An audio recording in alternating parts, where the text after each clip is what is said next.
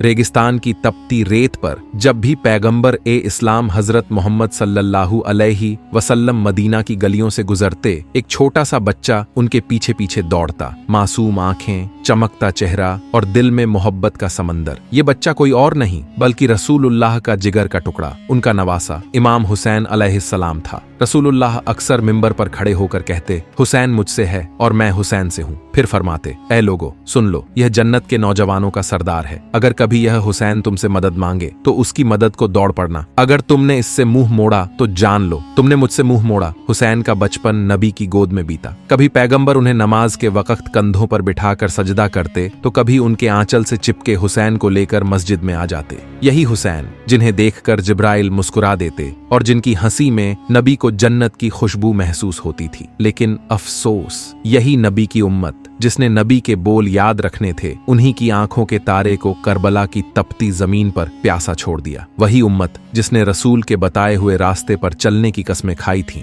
आज सियासत और दुनियादारी के अंधे कुएं में गिर चुकी थी। इमाम हुसैन नबी के उस वक्त की अमानत थे जब इस्लाम सिर्फ किताब में नहीं, लोगों के दिलों में जिंदा था। वह पैगंबर की उस दुआ का हिस्सा थे जो उन्होंने अपने रब से मांगी थी, ऐ अल्लाह, मेरे बाद मेरी उम्मत को मेरे नवासों के जरिए हक का रास्ता दिखा। लेकिन क्या हुआ? वक्त बदला, हुकूमत की हवस बढ़ी और कुरान की तिलावत करने वाली जुबानें हुसैन के कत्ल की फतवे सुनाने लगीं। नबी के बाद कुछ ही साल बीते थे कि सत्ता की भूख ने लोगों की आंखों से हया छीन ली। यजीद जैसे जालिम ताज पहनने लगे और मजलूमों की आवाज को गला घोंट कर दबाया जाने लगा। हुसैन ने नबी के उस इस्लाम को बचाने के लिए यजीद की बैत ठुकरा दी, क्योंकि वो जानते थे सत्ता के लिए झुकना हक की तौहीन है। करबला की तरफ हुसैन का सफर सिर्फ एक कारवां नहीं था, यह पूरी उम्मत के ईमान का इम्तिहान था। एक तरफ था रसूल का नवासा जिसकी रगों में नबूवत का खून दौड़ रहा था। दूसरी तरफ था वह मजमा जो खुद को उम्मत कहता था लेकिन आंखें बंद किए बैठा था। क्या उम्मत हुसैन को पहचान नहीं रही थी, या फिर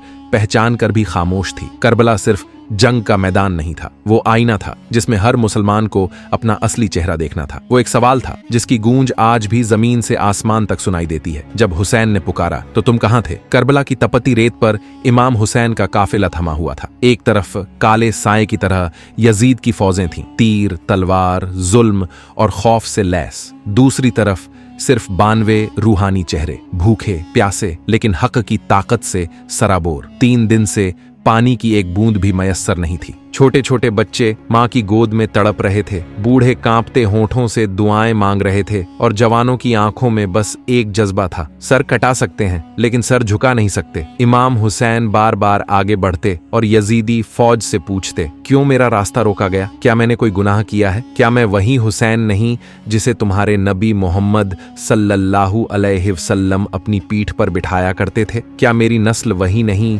जो फातिमा और अली के घर से है, जिनके घर पर कुरान की आयतें नाजिल हुईं? पर सामने सिर्फ खामोशी थी, खामोशी जो तलवारों की धार से भी ज्यादा खतरनाक थी, खामोशी जो जमीर की मौत का ऐलान कर रही थी। कुछ लोग अपनी नजरें झुका लेते, कुछ कांप जाते और कुछ सोचते, अगर आज हम हुसैन के साथ खड़े हो जाएं तो शायद कल यजीद हमें कत्ल करवा देगा। यानी डर ने ईमान को गिरवी रख दिया था। इमाम हुसैन ने कहा, मुझे हक़ की राह से हटाने के लिए अगर तलवारें उठाओगे तो जान लो मैं अपने नाना की इस उम्मत को आखिरी बार हक़ का आईना दिखा रहा हूं, क्योंकि मैं हुसैन हूं और हुसैन झुकता नहीं, सिर्फ कुर्बान होता है। हुसैन ने अपने अहले बैत की ओर देखा। उनकी आंखों में शिकवा नहीं था बल्कि सब्र और सच्चाई का उजाला था। अली अकबर, उनका जवान बेटा, जो अपने बाबूजू हुसैन के एक इशारे पर अपनी गर्दन हक के लिए पेश करने को तैयार था। छोटा अली असगर, जिसकी उम्र सिर्फ 6 महीने थी, उसकी प्यासी आंखें भी जैसे कह रही थीं, बाबा मुझे कुर्बान कर दीजिए ताकि दुनिया को समझ में आ जाए कि हक का मतलब क्या होता है। और वहीं दूसरी तरफ उम्मत खामोश थी, जिन्हें जमीन पर रसूल का दिया हुआ नाम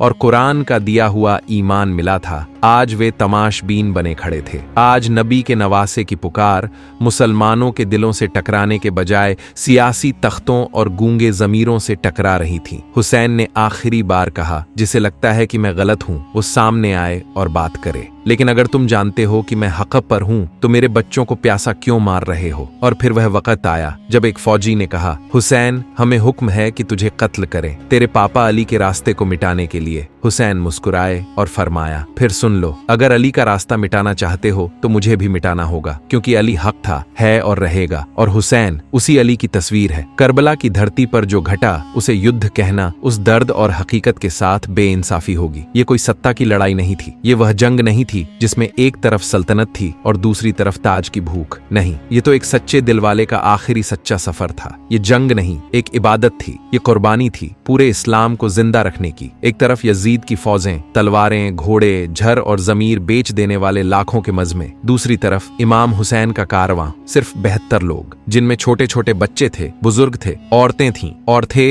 वो मुट्ठी भर बहादुर जो हक के लिए जीते थे और हक के लिए मरने को तैयार थे। इनके पास ना तो हथियारों का अंबार था, ना कोई सियासी ताकत, बस था तो एक नाम, हुसैन, और एक इरादा, झुकेंगे नहीं, बिकेंगे नहीं। 3 दिन की भूख और प्यास ने बच्चों के होंठ सूखा दिए थे, पानी की एक बूंद भी मुहैया नहीं थी। छोटा अली असगर अपनी माँ के आंचल में सिसक सिसक कर दम तोड़ने को था। अली अकबर, जो रसूलुल्लाह की याद दिलाने वाला चेहरा था, अपने बाप के सामने खड़ा हो गया। बाबा, क्या मेरी कुर्बानी वक्त नहीं आ गया? हुसैन की आंखों से आंसू बह निकले, लेकिन वह मुस्कुराए और बेटे को सीने से लगाकर कहा, जा बेटा, तू पहला सूरज होगा जो इस जुल्म की रात को रोशन करेगा। हर बार जब कोई हुसैनी मैदान में उतरता, यजीदी फौज कांप जाती, क्योंकि वो लड़ाई हथियारों की नहीं थी, वो लड़ाई उस ईमान की थी जो सीने में धड़कता था। तारीख गवाह है, ऐसी जंग पहले कभी न लड़ी गई थी और न आगे लड़ी जाएगी, जहां लड़ने वाला तलवार से कम सब्र और इबादत से ज्यादा जवाब दे रहा हो। एक एक कर सभी साथी शहीद हो गए। अब हुसैन अकेले थे, तन्हा, प्यासे, लेकिन सिर ऊंचा। कभी दुश्मनों की ओर देखकर कहते, क्या यही है तुम्हारा इस्लाम जिसमें रसूल का नवासा पानी को तरसता है? कभी जमीन पर गिरते हुए भी कहते, ऐ अल्लाह,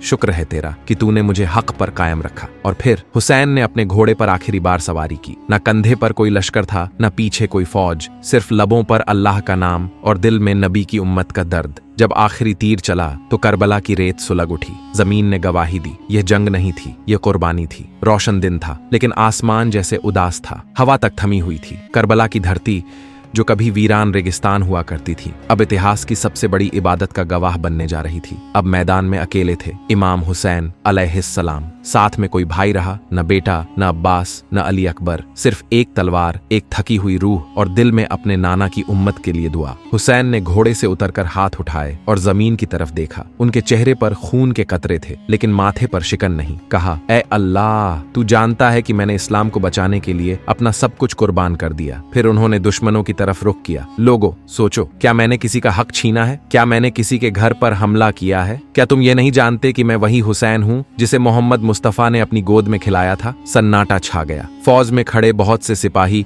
हुसैन के लहजे में वो नबी की झलक देख रहे थे। वही करुणा, वही दया, वही शांति। हुसैन ने कहा, अगर मेरी गर्दन काटकर तुम सोचते हो कि इस्लाम बच जाएगा तो लो, मेरी गर्दन हाजिर है, लेकिन याद रखना, हुसैन मर जाएगा, पर हक की आवाज नहीं रुकेगी। और फिर उन्होंने अपना सिर झुकाया, मगर यह झुकना हार का नहीं था। यह सिर झुक रहा था उस रब के सामने जिसने उसे सच्चाई की आखिरी मिसाल बनाया। इसी बीच वह वक्त भी आया जब एक सिपाही उनके करीब आया। हाथ कांप रहे थे, क्योंकि सामने हुसैन का चेहरा नहीं था, वो तो मोहम्मद की रोशनी थी, अली का साहस था और फातिमा की दुआ थी। हुसैन ने आंखें खोली और कहा, क्या तू जानता है कि मैं कौन हूँ? सिपाही रो पड़ा। कहा, मालूम है, आप रसूलुल्लाह के नवासे हैं। हुसैन ने बस इतना कहा, तो फिर याद रखना, तू सिर्फ मेरा सर नहीं काटेगा, तू उम्मत का जमीर काटेगा। और फिर तलवार चली, जिस्म जमीन पर रह गया और सर एक भाले पर। लेकिन उस दिन से आज तक हर कदम पर हुसैन जिंदा है, हर दिल में हुसैन बोलता है, क्योंकि हुसैन ने अपनी आखिरी सांस तक यही सिखाया, जुल्म के आगे झुकना हराम है और हक के लिए मर जाना इबादत है। कहते हैं कि जब हक की आवाज को दबाया नहीं जा सकता तो जालिम उसे मिटा देने की कोशिश करता है। यही हुआ करबला में भी। इमाम हुसैन के जिस्म को गिरा तो दिया गया, लेकिन उनका सर अब भी बोल रहा था, जमीरों को जगा रहा था। तलवारें तो चलीं, मगर जुल्म करने वालों के हाथ कांपते रहे। जब इमाम हुसैन शहीद हो गए तो मैदान में अजीब सन्नाटा था। फौजें खड़ी थीं, मगर आंखें नीची थीं, क्योंकि जिसने अपने हाथों से रसूलुल्लाह के नवासे को मारा था वो जानता था ये खून सिर्फ इंसान का नहीं, यह इस्लाम की रूह का खून है। और तभी हुसैन का वही घोड़ा जिस पर वह बैठकर जिहाद के लिए निकले थे वापस लौट आया। कहते हैं उस घोड़े की आंखों से आंसू बह रहे थे। वह हुसैन के जिस्म के पास आकर तड़पने लगा, कभी जमीन को सूंघता, कभी आसमान की ओर मुंह उठाकर हिनहिनाता, जैसे कह रहा हो मैं उस सवार को कैसे खो दूं जिसके कंधों पर मोहम्मद का हाथ रखा था। लोग घबरा गए। कुछ ने कहा इस घोड़े को कैद करो, कुछ ने डर कर कहा ये घोड़ा नहीं हुसैन की गवाही है। अजीब बात यह थी कि यजीद की फौज को उस जानवर से डर लग रहा था जिस पर एक इंसान ने बैठकर सिर्फ हक की बात की थी, क्योंकि वो जानते थे ये घोड़ा अब मूक गवाह नहीं रहेगा, यह हर जगह जाकर हुसैन की शहादत का पैगाम देगा। एक सिपाही ने आगे बढ़कर घोड़े को काबू में करने की कोशिश की, लेकिन घोड़े ने अपनी टांग से जमीन पर ऐसा जोर मारा कि धूल उड़ गई, जैसे धरती खुद कह रही हो मेरे आंचल पर पड़ा ये लहू हुसैन की पहचान बन गया है। वहीं पास खड़ी औरतों ने चुपचाप देखा, कुछ ने अपने चेहरों को ढक लिया, कुछ ने अपनी चूड़ियां उतार दी, क्योंकि उन्हें लगा अगर हम इस मंजर के गवाह हैं तो हम अब तक जिंदा क्यों हैं। फिर वही घोड़ा आगे बढ़ा और हुसैन के कटे हुए जिस्म के पास बैठ गया, अपने माथे को उस मुबारक लहू से भीगने दिया, जैसे कह रहा हो मैं दुनिया के हर कोने में जाऊंगा और कहूंगा मैंने हुसैन को देखा है जो भूखा प्यासा था लेकिन फिर भी मुस्कुरा रहा था। इमाम हुसैन की शहादत के बाद भी करबला का मंजर थमा नहीं था। जालिमों को अब बस एक हुक्म पूरा करना था, सर को जिस्म से जुदा करो और यजीद के दरबार में भेज दो। लेकिन सवाल यह था कौन करेगा यह काम। फौज में सन्नाटा छा गया, सैकड़ों हाथों में तलवारें थीं, मगर कोई आगे बढ़ने को तैयार न था, क्योंकि हुसैन की रूह अभी भी मैदान में थी और उनका चेहरा वह चेहरा जिसे देखकर मोहम्मद मुस्कुराते थे, जिसे देखकर जिब्राइल अदब से झुकते थे, अब भी वैसी ही रोशनी लिए जमीन पर सोया था। एक सिपाही को चुना गया, वह कांपते कदमों से हुसैन के जिस्म के पास पहुंचा। तलवार उसकी मुट्ठी में थी लेकिन उंगलियां सुन्न थीं। जब उसने झुककर हुसैन के चेहरे को देखा तो वह वहीं थम गया। कहा जाता है उसने कहा यह चेहरा तो मैंने ख्वाबों में देखा है, यह वही चेहरा है जो मस्जिद नबवी में रसूलुल्लाह के पहलू में बैठा करता था, मैं यह कैसे करूं। तभी पीछे से आवाज आई हुक्म है और हुक्म टालना गुनाह है। सिपाही ने हिम्मत की, तलवार उठाई, लेकिन जैसे ही वह सिर के करीब पहुंचा हुसैन के होंठ हिले। कहते हैं हुसैन के लबों पर बस एक कलमा था, अल्हम्दुलिल्लाह, ऐ मेरे रब शुक्र है तेरा, तूने मुझे अपने रास्ते के लिए चुना। सिपाही कांप उठा, तलवार जमीन पर गिर गई, आंखों से आंसू बह निकले, लेकिन किसी और ने वह काम कर दिया। हुसैन का सर जिस्म से जुदा कर दिया गया, मगर जैसे ही वह सर भाले पर उठाया गया आसमां पर बादल छा गए, हवा रुक गई, धरती कांप उठी, क्योंकि अब जमीन पर वह लम्हा लिखा जा चुका था जिसने इंसानियत को दो हिस्सों में बांट दिया, एक तरफ यजीद, दूसरी तरफ हुसैन। उस भाले पर रखा हुआ हुसैन का सर आज भी लाखों दिलों की इबादत बन चुका है, क्योंकि यह कोई आम सर नहीं था, यह हक की मुहर थी जो कभी मिट नहीं सकती। करबला का मैदान खामोश हो गया था, हवा में अब तलवारों की आवाज नहीं, मातम की सिसकियां थीं। जहां कभी इमाम हुसैन का कारवां रुका था वहां अब सिर्फ लाशें थीं, बेहतरों की, बहादुरों की, मासूम बच्चों की, औरतों की। लेकिन कहानी यहीं खत्म नहीं हुई। शहादत के बाद हुसैन का काफिला लुटा गया, खेमों में आग लगा दी गई, औरतों के सिरों से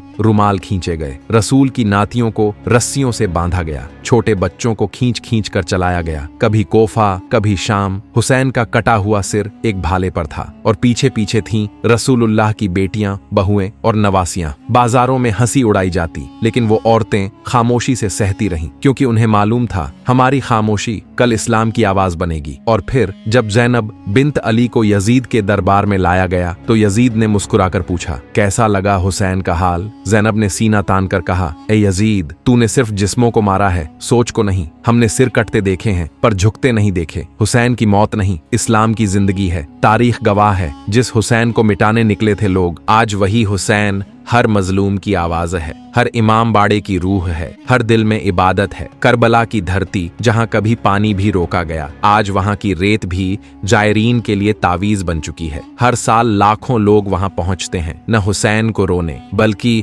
हुसैन को सलाम करने, क्योंकि हुसैन ने यह साबित कर दिया जिसे जिंदगी का लालच नहीं वही जमीर का पहरेदार बन सकता है।